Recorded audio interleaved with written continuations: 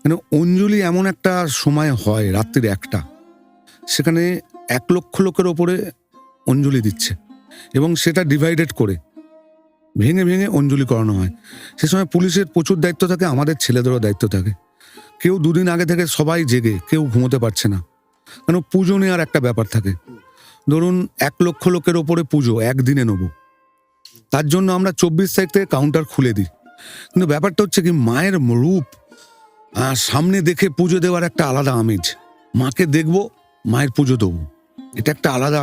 সেই জন্য পুজোর দিনের ভিড়টা সব থেকে বেশি হয়। আগের বছর 20,000-এর ওপরে লোক ডন্ডি কেটেছে।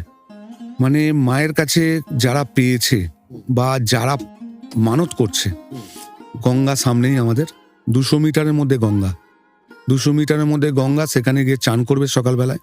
সকাল তো নয়, রাত্রির 2:30 থেকে ডন্ডি কাটা শুরু হয়ে যায়।